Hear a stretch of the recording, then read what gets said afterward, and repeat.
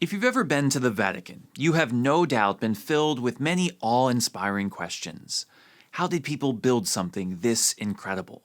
How many millions of people have had their lives changed because of this place? How could anyone walk into this building and remain an atheist? At least that's what I thought. Unfortunately, many others can only wonder, how rich is the Catholic Church and why doesn't it give its money to the poor? At first glance, these may appear to be fair questions. When you look at the Vatican, look at all the land and expensive art and incredible real estate that the Church owns all around the world, it can be easy to become a bit jaded. Surely this organization is loaded and shouldn't be tax exempt.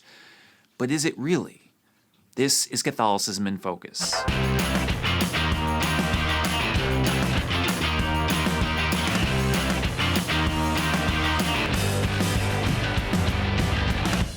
To start off, let's try to get a grasp on what we're actually dealing with here. Heavy emphasis on the word try. The fact of the matter is that no one, not even the Church itself, has any way of accurately estimating the Church's wealth.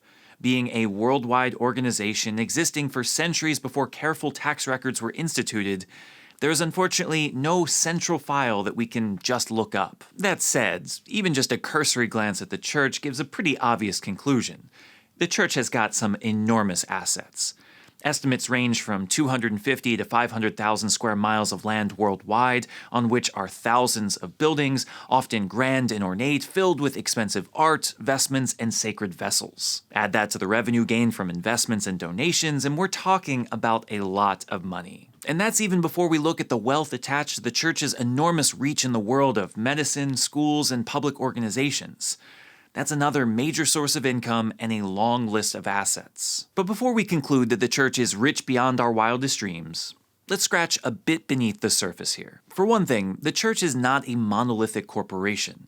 While obviously structured hierarchically in an ecclesiastical sense, in business terms, each diocese and local church is essentially its own independent entity. Around the world, there are roughly 2,800 dioceses, all entirely decentralized from the Vatican. Some, like the Archdiocese of Cologne, have a long history, and so may consider itself the steward of enormous assets. Other dioceses, in fact, most dioceses, are far more missionary in nature, meaning that they hold very little in assets and may actually carry considerable debt. The same goes for all the Catholic hospitals, schools, colleges, orphanages, shelters, and other institutions of the Church. They may be under the direction of church leaders, but that doesn't mean the Church owns or directly benefits financially from them. Just because the Pope may be the spiritual leader of it all, doesn't mean that he owns it all. In that case, let's look at the Vatican on its own, as the Pope is entirely in charge of its financial assets. Clearly, the Vatican has some riches. Why doesn't he sell them? It's a question that gets a lot of press at times, but it necessitates a further question as a response. To whom? When we look at all the assets of the Church, a giant building, priceless works of art, sacred vessels used in religious rites, ancient artifacts, all of which estimated by the Vatican to be worth around $1.65 billion, we have to realize that just because something is worth a lot doesn't mean that you could actually get that money if you want it. You can't just sell the Vatican to an Italian developer. If they knock it down and build apartments, it'll make far less revenue than it was worth, and if they try to run it as is, it won't be as attractive because it's no longer the central church of Catholicism where the Pope lives. When it comes to the arts, gold, and artifacts of the Church, yes, technically it is possible that the Church could find dealers to sell them to, but who says the Church has that right anyway? The Church certainly doesn't see it that way. In 2015, Pope Francis was asked why the Church doesn't sell its patrimony for the poor, and he responded as every pope in recent memory has. They are not the treasures of the Church, they are the treasures of humanity. In our eyes, at least, we're nothing more than stewards and caretakers of European history, not its owners. Which, as you can imagine, comes at a price.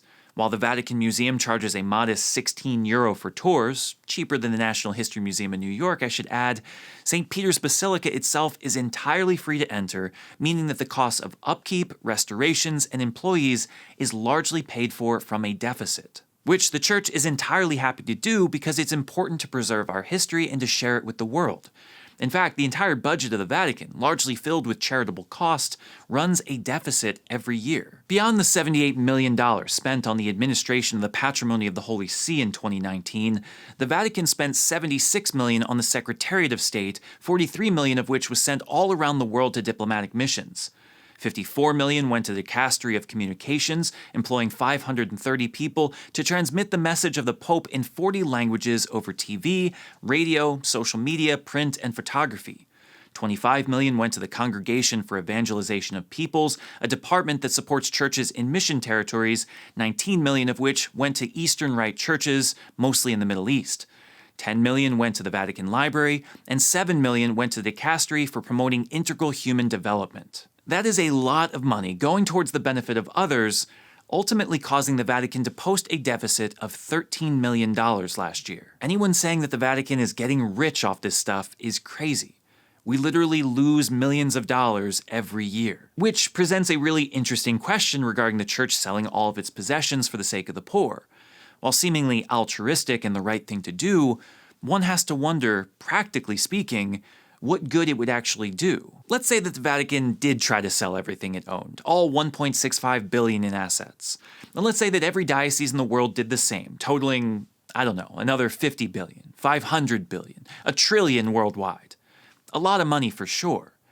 Until you realize that the United States government, just one nation in the entire world, spends $1 trillion on Social Security alone every single year. Selling every asset the church has, even at the highest estimate, would do less than the US government does in 1 year. And look at all the world would lose if it did. Besides the spiritual wonder of gorgeous cathedrals and the comfort of religious ceremonies, let's not forget that the assets of the Catholic Church allow it to be the largest charitable organization in the world, providing priceless services to the most desperate. If you're going to count every church and organization run by Catholics as an asset, then you can't forget the innumerable and irreplaceable services provided by churches, charitable organizations like Catholic Charities and Catholic Relief Services, hospitals, schools, shelters, and orphanages. Yeah, we could sell every building and give to the poor, but we actually give the poor so much more, year after year, by working in those buildings. Now, does this mean that our finances are perfect, that there's nothing we could do to be better? Absolutely not.